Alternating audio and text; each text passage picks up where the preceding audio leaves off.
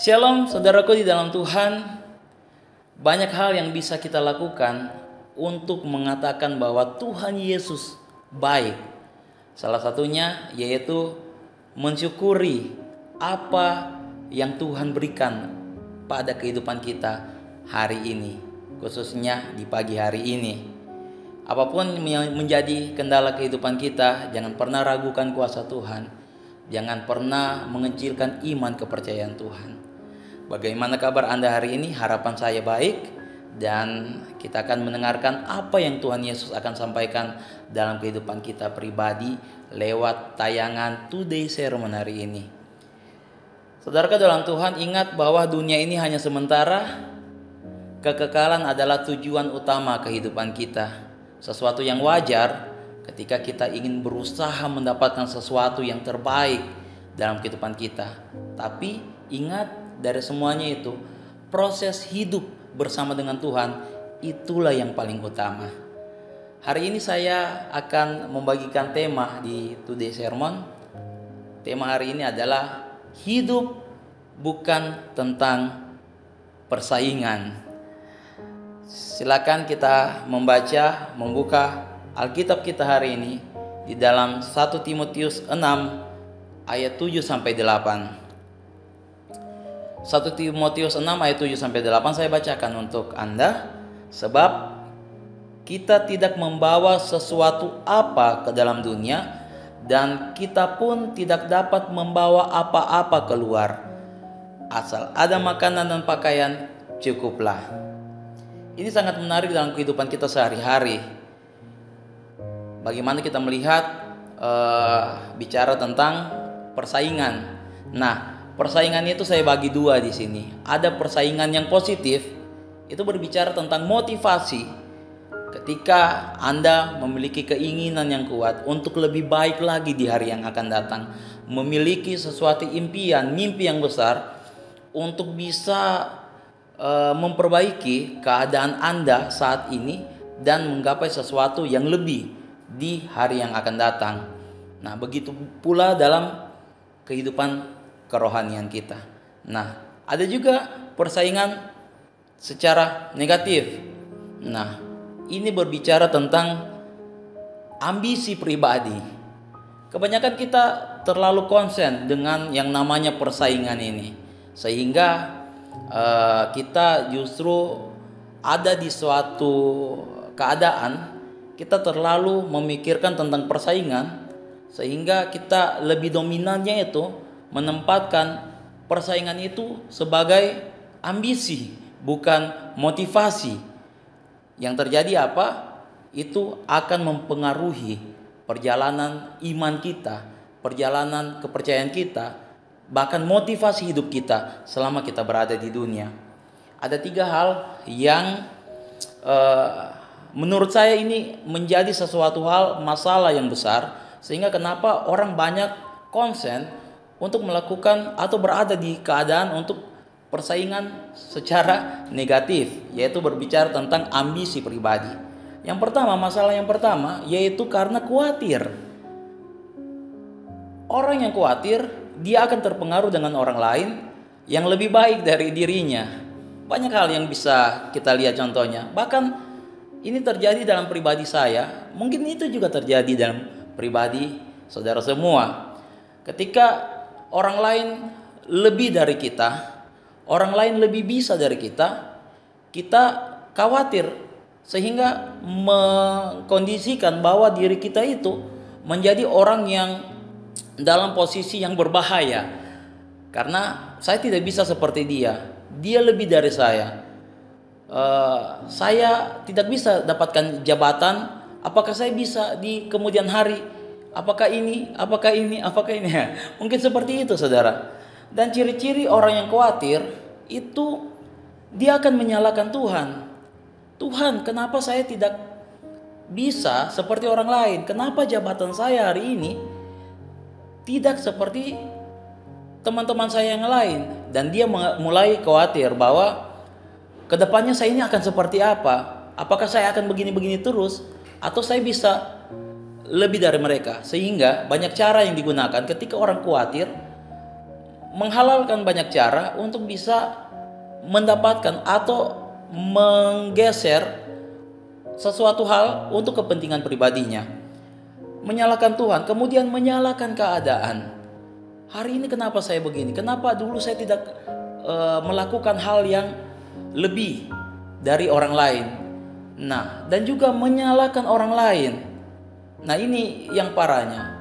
Ketika rasa khawatir kita, terus kita menyalahkan orang lain, bahkan orang lain itu tidak melakukan apa-apa, tidak melakukan sesuatu kesalahan kepada kita, tapi kita sudah memikirkan sesuatu yang negatif kepada orang itu. Nah, kita bahkan, wah ini orang ini.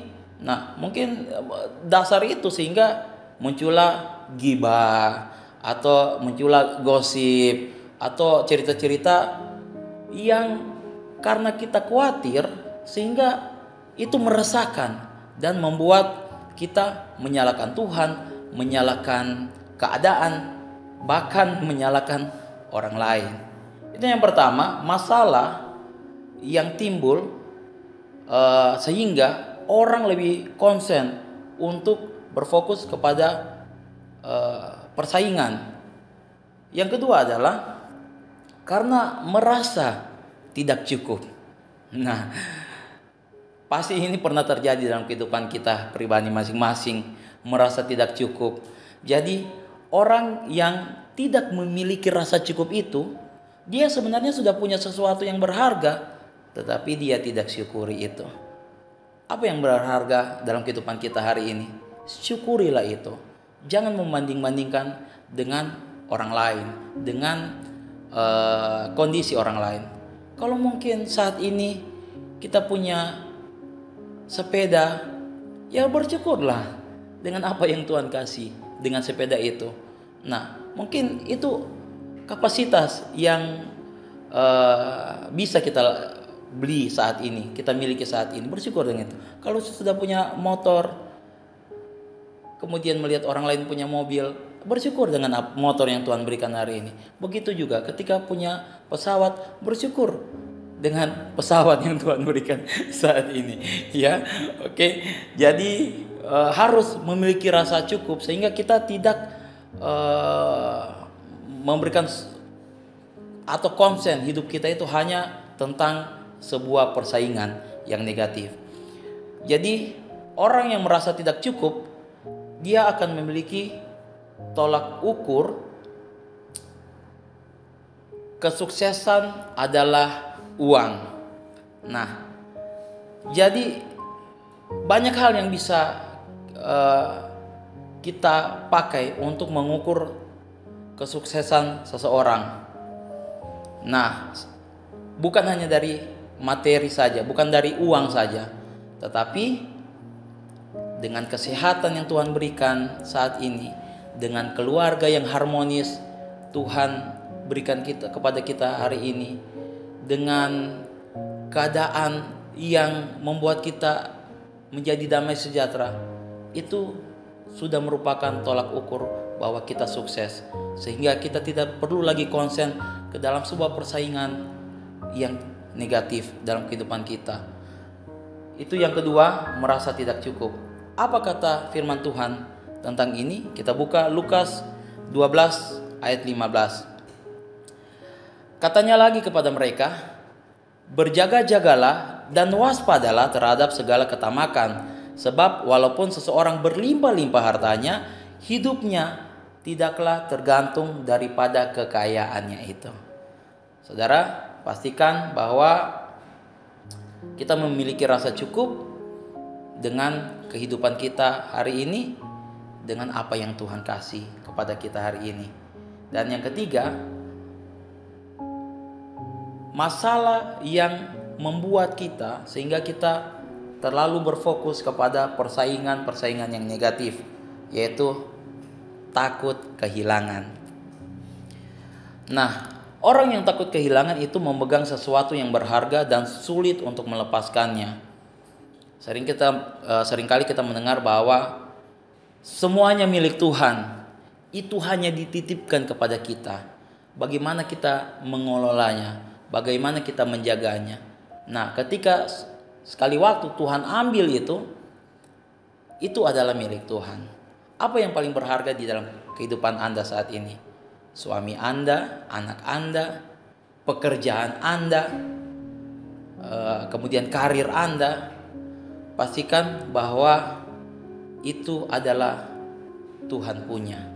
Sehingga ketika kita mengalami kehilangan, nah kita tidak menyalahkan Tuhan dan juga tidak akan berkeluh kesah.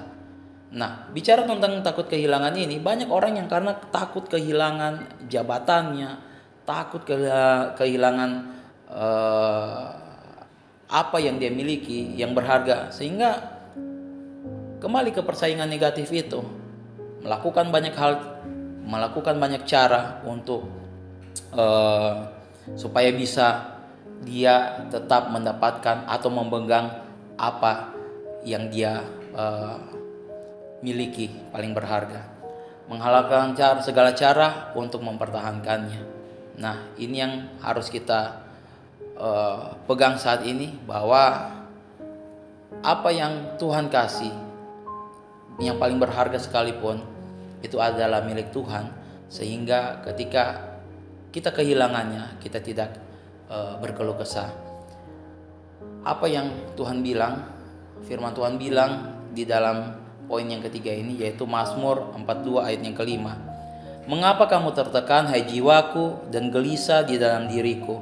Berharaplah kepada Allah, karena aku akan bersyukur lagi untuknya, penolong dan Allahku. Nah, akan selalu ada yang lebih dari kita.